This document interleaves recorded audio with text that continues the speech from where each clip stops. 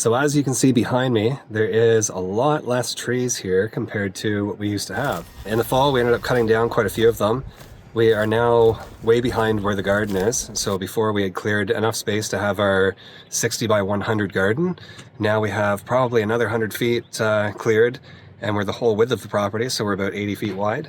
And a lot more trees to go, but we are now over halfway down to the water.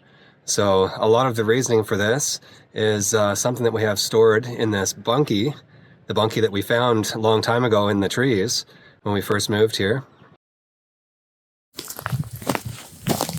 We're working away, doing our cutting the trees and clearing out the bush, and we found something interesting. We knew it was on the property. Ah, there's bugs everywhere. And we're now just able to see it. I'll show you.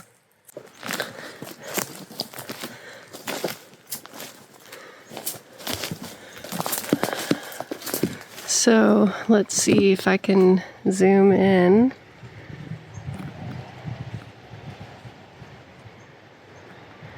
You see that white right up in here? That is a window. And there is some sort of little shack in there. And our goal is to get to it. We have something in here that has helped us quite a bit. So I'm going to open up the bunkie and show you what we got. All right, let's see if I can open this without knocking the camera over.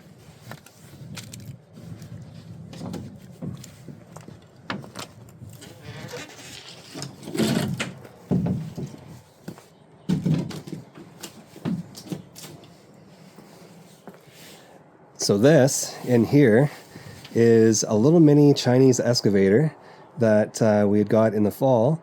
It digs out the stumps way quicker than what the ATV does, and I've had a lot of fun playing around with it so far.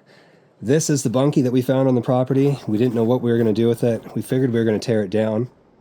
As we got looking into it, the back wall here where I have added the doors onto, it was completely rotted full of mold, so we knocked that entire wall out. I cut the floor out of it, dropped it down on the ground to basically have a skid to park the excavator on, and then put these doors on. I also did a little bit of bracing up top in it, just to keep it fairly solid. It was pretty solid to begin with, but I didn't want it coming down on the machine in here if there was snow on the roof in the wintertime as well. I'm going to hop in it, try and start it up, and see how easy that is.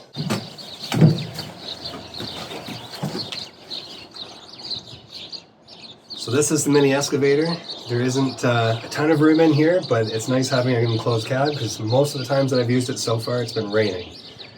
So that being said, there is a windshield wiper on the front. There is a side window that slides open and back, front to back. There's a fan in here, keep the airflow in here. A little interior light as well. I do have spotlights on the front for digging and on the cab here as well. So that's pretty handy.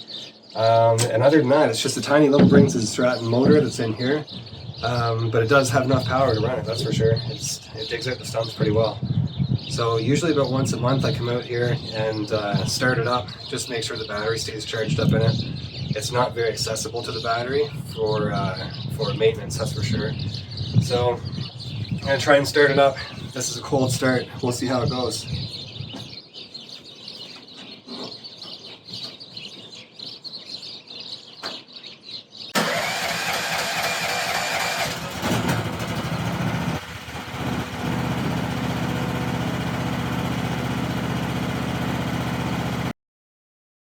So this past week we've all been pretty sick. We've had a pretty bad cold.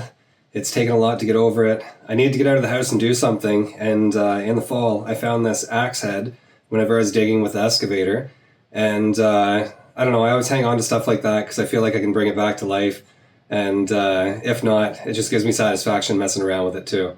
So I had knocked a bunch of rust off of it, took all the rust scale off of there, used the grinder to grind the surface down to try and get a bunch of the pitting out, and then I used various types of sandpaper, different grits, to sand it down and bring it back to a smooth finish. Then I used a Dremel tool with a little cutting blade on it and cut some grooves into it, kind of brought a little design to it.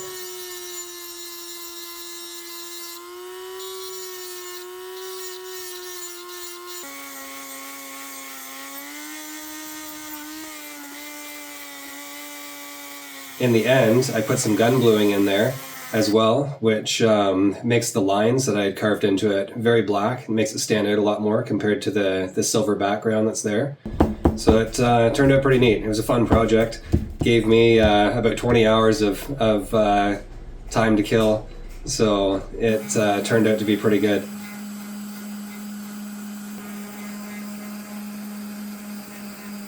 The axe handle itself, it was a piece of birch board that I found upstairs in the garage here whenever we first moved in. I take it at some point in time there was an owner of this property that was having a sawmill and using the birch boards to make birch flooring. There's actually some flooring that has been made that's still up in the top of the garage as well. So I used one of the birch boards and cut it to the shape of what I thought looked like an axe handle, and together it came into the full complete project, which didn't cost me a cent. So I have the handle carved down basically the size that I want it. I have it fitted fairly well. I cut a slice up through the center here, which will allow me to hammer in the wooden wedge at the very end, and that will keep the axe head secure.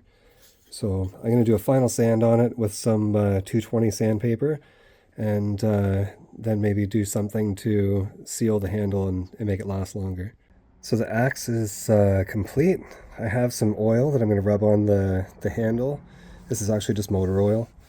It should help seal up the handle, make it last longer, and then it should also bring out more of the black lines from the gun bluing that I did.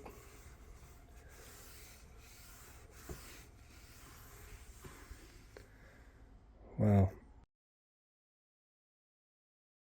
It was fun to put the time into it, and now we have something that we can use here on East Coast Acreage for many years to come. So it was kind of cool, just a little bit of a time waster, but something that brings out some cool memories at the same time too, and keeps something that would have ended up in a landfill back in use again. So it's a pretty neat project. We scored some mulch today. Again, right now Mark is going to be grabbing a tarp out of the garage because we were able to get some mulch. We picked some up in February and now it's the second week in March. We just picked up one load and then we're gonna go back for another one.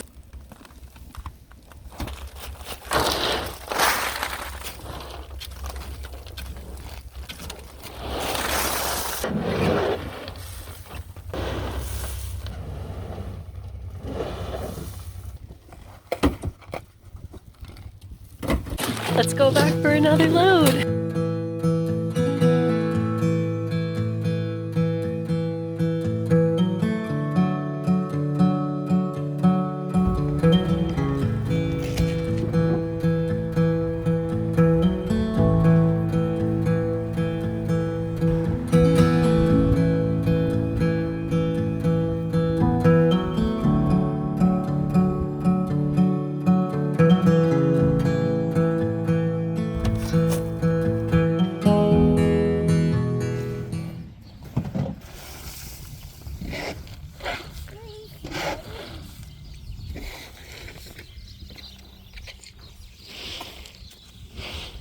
Mark is unloading the second load and we're gonna go back because there's definitely enough for a third load.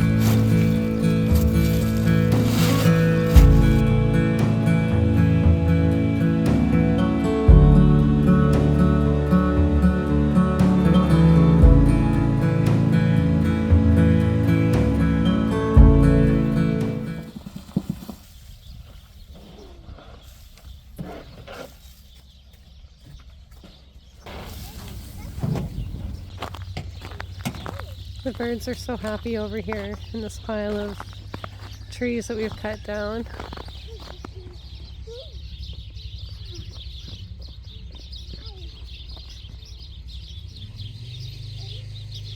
And just like that, 3 loads of mulch.